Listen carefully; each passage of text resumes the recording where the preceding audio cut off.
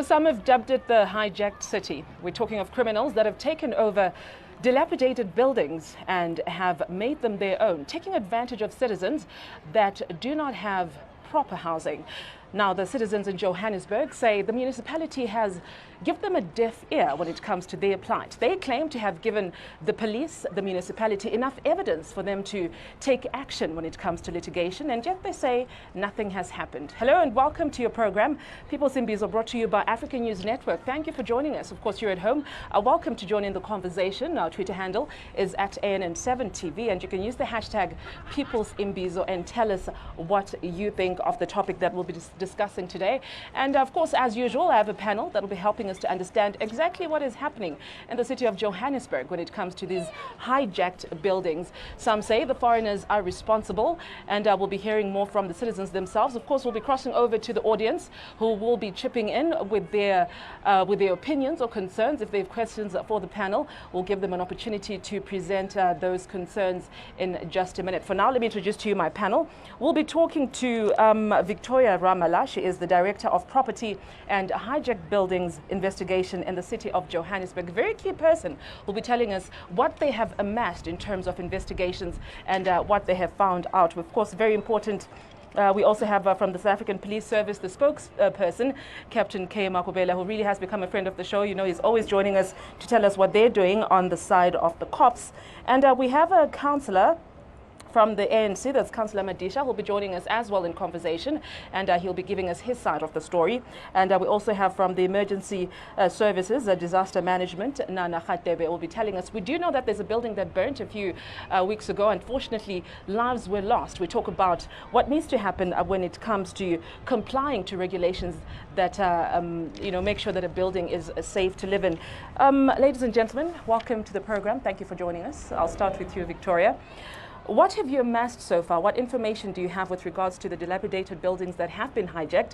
We read a lot of stories and we hear a lot of, complaints from the citizens saying that perhaps foreigners are responsible for this, and the city of Johannesburg is really not coming to the forefront. There's a new administration, of course, with the Democratic Alliance, that have joined other parties to now become, the mayor of Herman Mashau is very vocal, and we've seen him on the ground moving around this building saying, we're going to have a crackdown on these buildings and we're going to bring this to an end. How far have you gone with this? Okay, thank you very much, Audrey, for the interview. And I think what is most important for me to actually highlight, excuse me, before I could actually even respond to your question, is to really, really thank the South African police in assisting with this scourge of property hijackings, specifically the Provincial Commissioner, Mrs. Dilange, in providing us with the necessary capacity to actually deal with these issues. Yes, of course, there's a lot of issues with regards to property hijackings. It's not something that is new. It's something that has been around. Well, I've started dealing with these issues from 2009, 2010. There have been a lot of successes previously. However, there were a lot of changes as we go along, internal and so on and so forth, that actually has affected, the delivery as it has used to be. Currently, we had to concentrate on what is actually happening within the building, specifically in relation to crime. The reason why I'm indicating the issue of crime is because we have an understanding as the city that it's not only because the people that are in the buildings are not complying with the relevant, bylaws, or applicable legislation, but it's because there is mismanagement of the property in itself. And the investigations have revealed that the mismanagement is the result of either the property being abandoned or somebody having taken it, unlawfully and claiming to be the owner of that property. So what we have done, we just had to start, from the scratch. When I'm saying start from scratch, we did not want to actually deal with these issues as in civil and criminal. We are concentrating on the criminal element of hijacking, which we know very well that it's got elements of the civil as well. So we have come up with a totally new list, right, of properties that we have verified as group forensic investigations. When I'm saying verified, I think it's important for me to indicate that because there have always been issues or have been, statements to say that there's over 1,000 hijacked buildings. And if one can ask you to say, give me the list of 1,000 hijacked buildings, believe you me, no one will give you that, because no one will confirm that the 1,000 odd number buildings are in truth and in fact hijacked. So that is why we saw it prudent as group forensic to say, let's go back and take each and every complaint that is coming to us as group forensic investigation services and do the necessary investigation to establish whether in truth and in fact there are criminal elements that are actually happening there. And when I'm saying criminal element, I'm talking specifically in relation to whether is it a property whereby somebody has been forcibly removed from the building and somebody is taking control of that property illegally so. Or is it a property whereby somebody is actually presenting himself or herself or as a committee, as the owner of the property, and actually taking advantage of the people that are actually in the building, you know, that are actually in need of housing, to say, I am the landlord, I shall start collecting and make money from yourselves. Whilst in the May, there are no payment of the city services, right?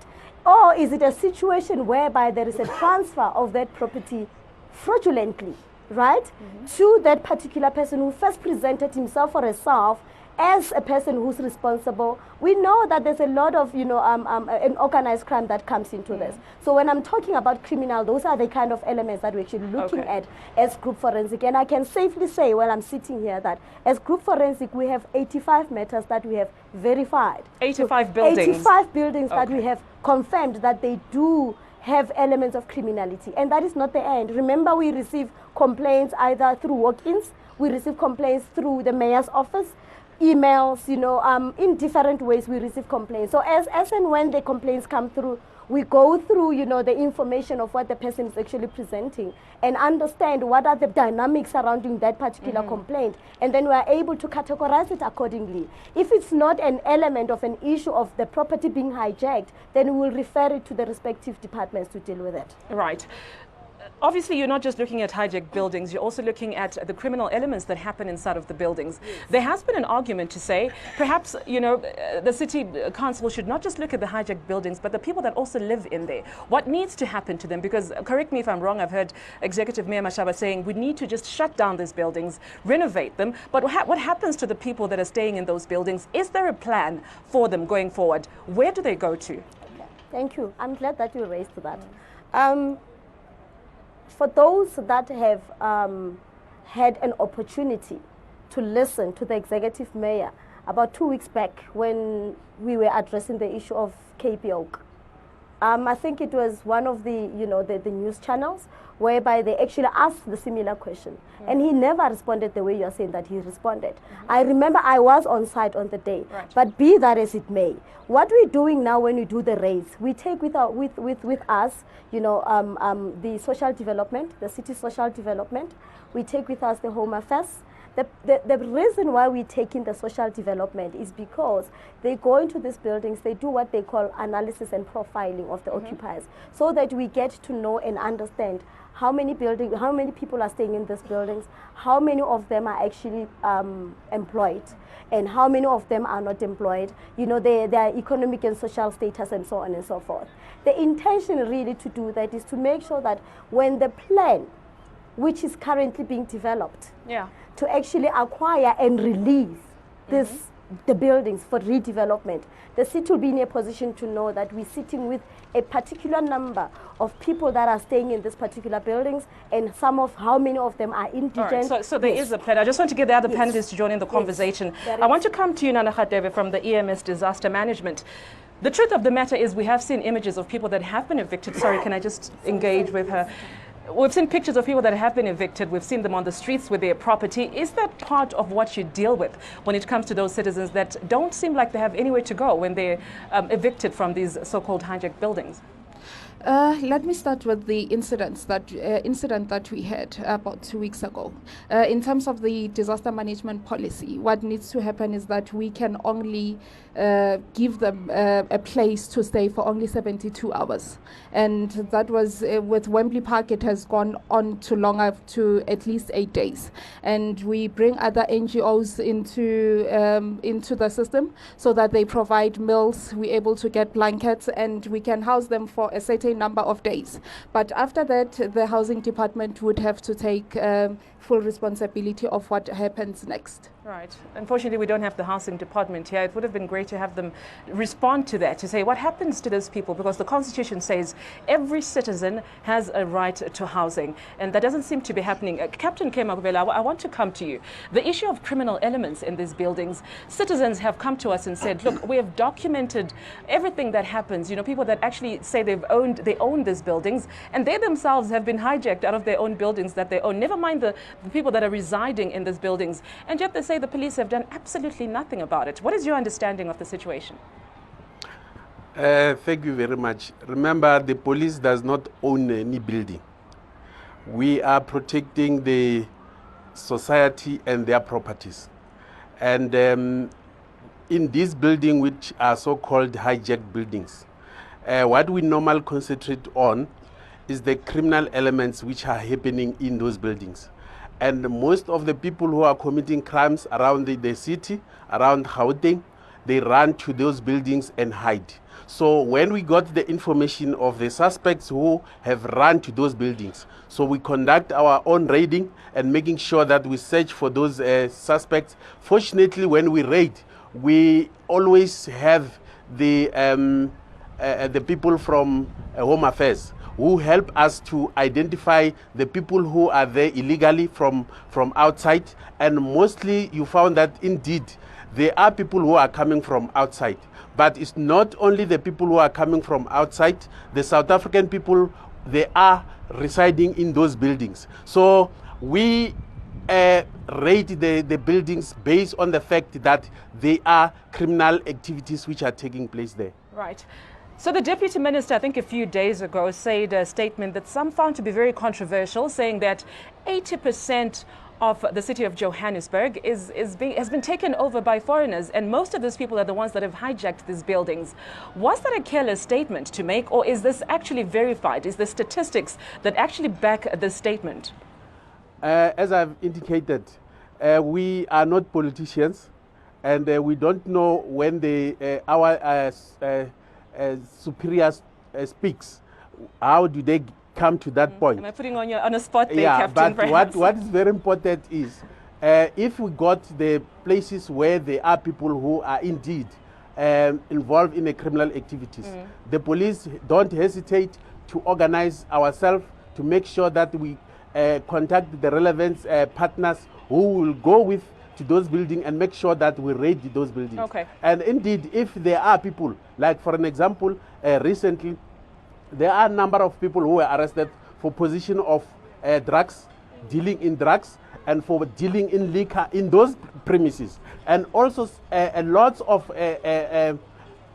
these dangerous weapons were confiscated in those buildings. So that shows that indeed there are people who are going and hide in those. We do understand the fact that people have to be accommodated in anywhere where they're supposed to have a shelter. But the very important thing is, if there are people who are in those places and committing crime, come and hide. It's for those people who are residing there to make sure that they inform the police, and so that we can remove them.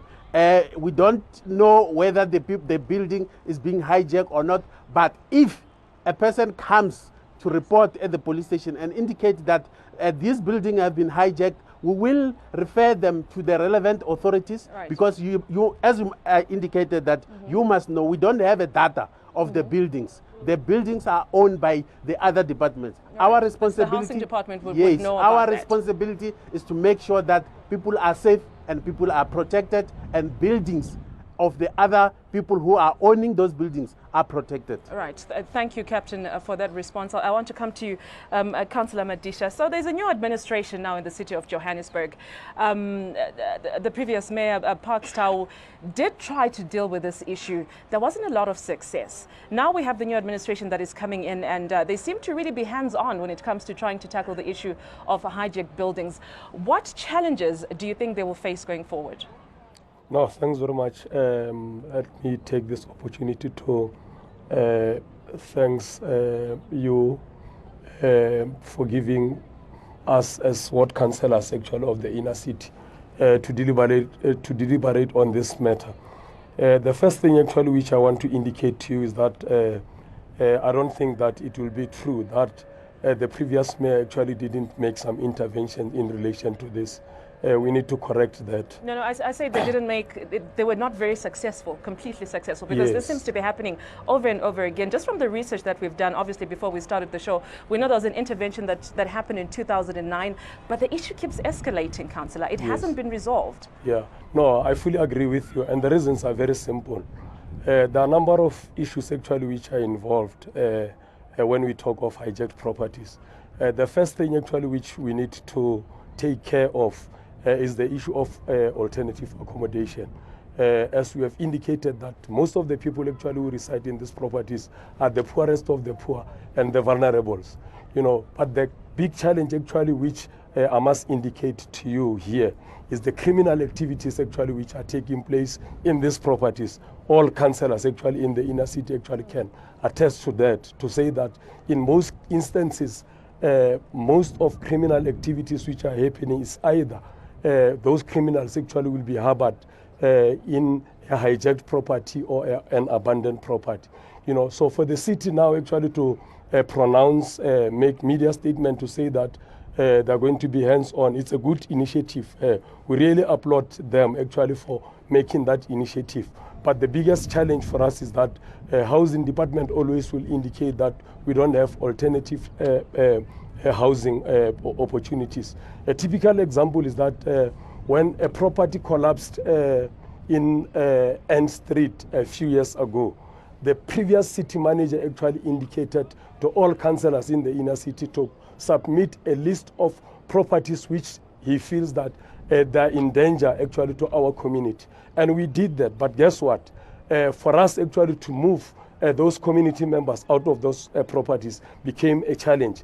As we are speaking now, actually, the previous administration actually was in the process of establishing a decanting facility at the corner of Banket and SLN Street to accommodate some of those properties which we have identified previously when a property actually collapsed. So it's not something actually which even the current administration actually is going to win easily. I mean, the Cape York mention is a typical example that up to now actually people actually haven't got alternative accommodation, except what has been provided actually in Wembley. So that on its own actually is a challenge.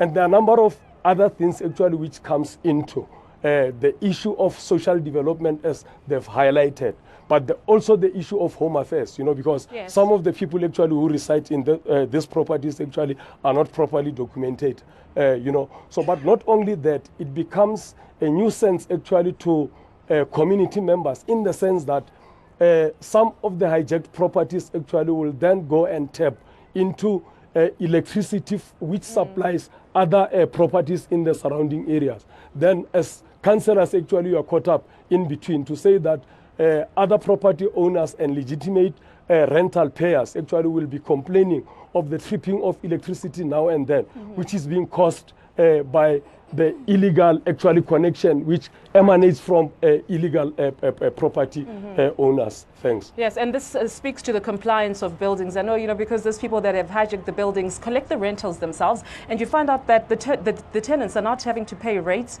and they're not getting any basic service delivery. And speaking of compliance of these buildings when it comes to safety, we also have someone from EMS, that's Division Chief Gopi. Let's try and get him a microphone so he can explain to us his understanding of what needs to happen for a building to be found to be in compliance when it comes to safety measures. What is required? Good day. Thank you for the opportunity. Yes, as part of fire safety, we follow the SANS regulations, the South African National Standards, which is 10400 regarding or referring to a building. As the councillor rightfully said, that these buildings, they house the poorest of the poor.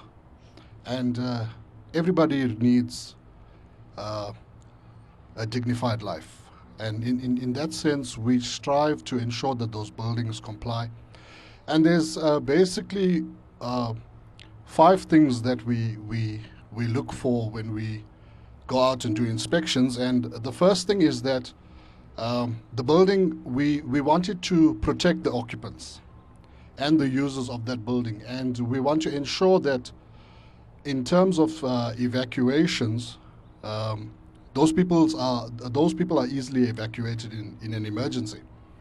The second thing is that we want to ensure that the spread of fire and the intensity of the fire is minimized. So in other words, we don't want the fire to spread rapidly in a building and to other buildings. So what we do is we go out and do inspections, but then we find that in these hijacked buildings, we encounter a problem where there are a lot of combustible material that are used, and that increases the fire load in the building. Also, in terms of evacuation, we find that people in that building will tend to now build their room in front of an emergency exit. Thereby, they are cutting out the chance for people to escape. We only have one entrance, whereas buildings are supposed to have more than one. The third thing is we deal with the stability of a building. When there's a problem with a building, we don't want it to affect other buildings if it has to collapse and stuff like that. The fourth thing is we want the generation of smoke and the spread of smoke within the building must also be minimized, so that people can get out effectively and as quickly as possible and not be hampered by that smoke. And the last thing that we deal with is we deal with the access to the building by the fire department and the equipment that will be used by the occupants of the building to fight the fire at the initial stages. Okay. So we basically want to see that the building must be equipped with this first aid firefighting equipment. And is it also part of your job to make sure you inform the tenants of safety measures that they can take in case the fire breaks out? Are they aware of what they need to do?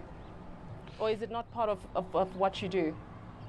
No, we have a department, a section that deals with public education, and that can be arranged for them to engage with the occupants.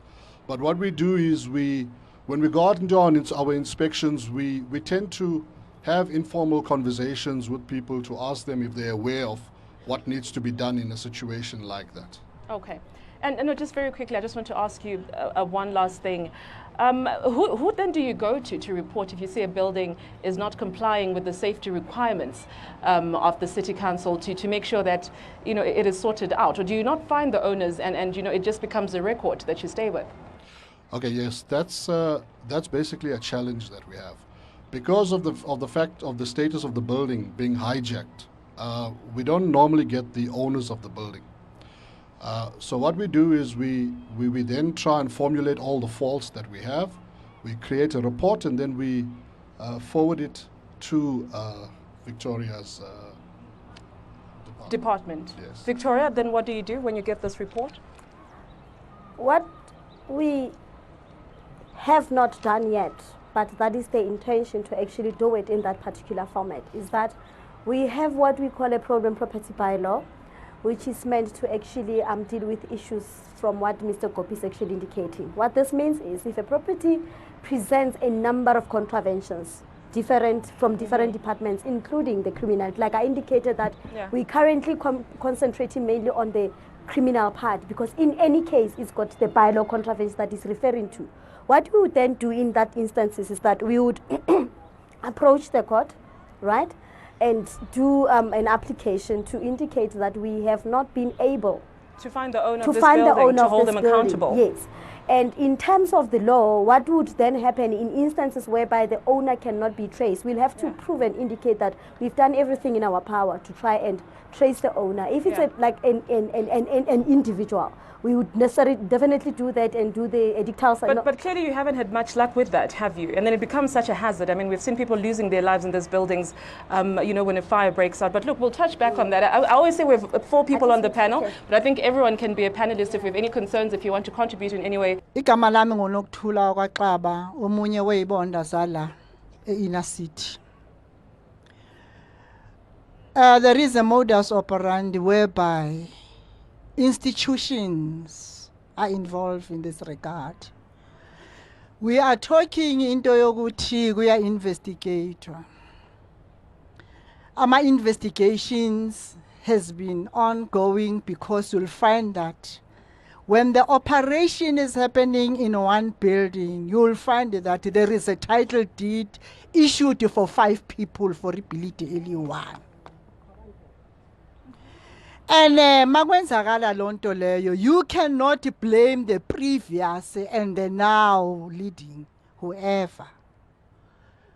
Because I take that we have crime intelligence, where people, when they come and report these issues, because thina yebo siyibonda singamakhansela, but what is happening, people, they will tell you that we are afraid to go to the police stations because police officers are involved. In this sense, some of them were prosecuted, basejele sikhuluma nje, and a woman by the name of Lindiwe died gruesomely and assassinated by the police where the case was supposed to be finalized. People are aware ukuthi kwenzakalani, but they are afraid. Now they expect councillors to go and report those cases. If as Noktula going and report laphaya, the case will be thrown out of the window because I'm not there physically. They are coming to me. Here is the issue here. The property owner will buy the property and have managers and agents and so on and so forth.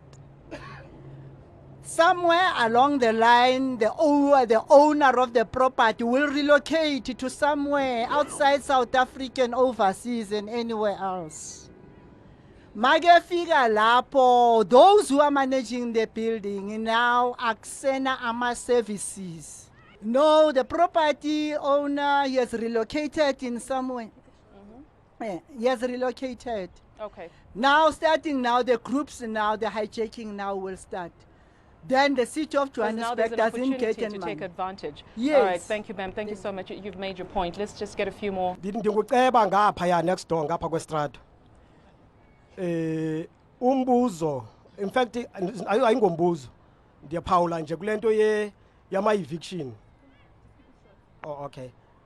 Yama eviction nokuthi abantu kufuneka banikezwe indawo yokuhlala xa ba-evictwa. It's something that is not happening. Because akusiyonto nje evenje yenzeka njena. I-court yanikeza lo myalezo lokuthi when you evict you must provide alternate accommodation. So it is not happening. And we were told ukuthi kunabantu abahijackile. Who are these people? If I have money and then hijack, am I classified under those people or laba abampofunyana laba ibona kujonge kubo kakhulu na? Ngoba exesha elininji abantu bayeza bazibiza ukuthi ngama administrator bazo administrator le building. According to Section Title Act, you cannot be there for long. About administration are there for more than 10 years, 5 years and all that. Hijacking these buildings. What are we saying about those people? Because they are the ones now who are taking people on the streets. Ngiyamamela kukhulunywa ngamaphoyisa. Ingxaki yalama evictions iqala from kuma auctioners. Ama auctioners igebengu badla namaphoyisa, badla ne-high court, ngikhuluma nge-Pritchard. Ama administrators akhona involved, so irakethi lena umeya lo umtsha angazama thuyenza kudala lento izanywa iphethwe ngabantu abaninzi, so around ine auctioners to high court, and then a high court uthola ukuthi kwalama administrators nama agent atya no magistrate kunye nama prosecutor ngiyishinda. I'm going to direct questions to all of you, the panelists. One, I will start with the official from the city of Johannesburg, Victoria. The clarity man that I'm just seeking to say that Ahmed Mashaba made a statement to say that all these 85 buildings is going to be directed to the private sectors, in fact. So from the experience, you know very well that private sectors, they are going to turn this accommodation into an expensive accommodation whereby the poor of the poorest is not going to be able to have an access to that, meaning that you are chasing our people here in the city of Johannesburg. That is going to happen. Number two, I'm directing to the EMS. From your own assessment that you have conducted after this incident have occurred in these buildings that are now been taken by the city of Johannesburg. Were there any facility measures that were put that didn't make it a point that they prevented the life that have been lost in those buildings? The other one I'm directing to the police, Mr. K. Makuber. I was anticipating a confirmation of the statement made by the Deputy Minister, as we have been questioned, not to respond to politicize it, whether it's confirmed, because I believe that he was not responding as a politician, but as a Deputy Minister who's your boss. So I believe he was speaking on the stats. So I just wanted clarity from that, not to run away from what he said, not to politicize it. Speak on that basis that is your boss. He was speaking as your boss. Now I'm going to the ANC, Mr. Malisha. What are the measures that you've put in making sure that resident safety are guaranteed? And then also, since you have been a councillor, can you please share with us the progress that you undertook in practicing our constitution on human rights, because our people now are just residing on the street? Thanks. I'll come to you, Victoria, first. There was a question from a gentleman there to say, you know, the Constitution says, even if the court order says people have to be evicted, but it doesn't take away the constitutional right that people have to have housing, people have to have shelter, and this isn't happening. Yeah, I noted what the gentleman has said, and without really repeating myself, I've indicated that the plan that I know of, since we started with mainly the criminality and the buildings that I've spoken about, is to ensure that there will be a process of how the city is going to acquire and release for low-cost housing. Right? But then there are people that have been evicted that are on the streets. We haven't seen, where they go to. Yeah. Ma'am here was telling us after 8-9 days, this is the maximum they have to let them go. What happens to them? We're talking about what? That would be KPO, am I right? They were not evicted, it was a disaster issue. Right. And I cannot respond on behalf of disaster management. Okay. I just want to speak to you, Councillor. I understand that you have to leave us. Thank you so much for being very patient. And perhaps I'll come back to you. Perhaps you could respond to the question that was brought by one of our audience members there, to say, as politicians, what are you doing to uphold the Constitution, to make sure that people have the basic needs that is provided to them by the Constitution, and that it doesn't just go away? No, thanks very much. I think I must indicate to you that the modus operandi actually on hijacked properties and evictions are very complicated. At first, actually, there was a process actually of letting us know, as politicians actually within the inner city, 2 months before an eviction can take place. And that actually was supposed to be done by the police. The police will then call us, go and do the verification actually on the court process, because some of the court papers actually are fraudulent. So we did have that on a number of occasions, and that actually could assist our people actually in terms of moving their valuable things, because as they've indicated that the manner in which the red ants actually are conducting the evictions, it's so brutal to an extent that you won't have the guards actually to stand in front of them.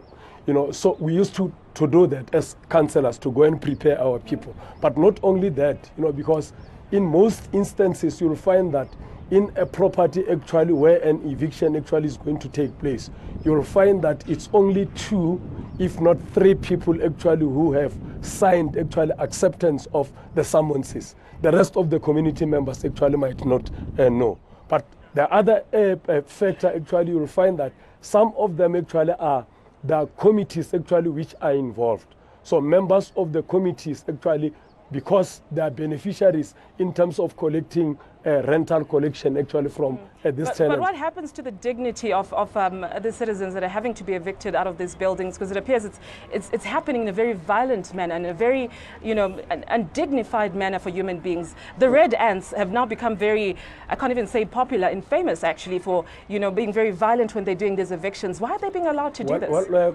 quite correctly actually, I must indicate that in one of the evictions actually which took place previously in my ward, they went to an extent actually of shooting tenants actually in front of the police. I tried my level best actually to speak to the MEC in relation to this matter. I spoke to the captain actually who was deployed there to say that what is it actually which you do as the police actually allowing the red ants actually to run amok and shoot our people in front of you. I mean, community members actually have indicated that it's a well-organized thing. At some stage actually there are some suspicions that police are also involved, hence them actually not doing anything.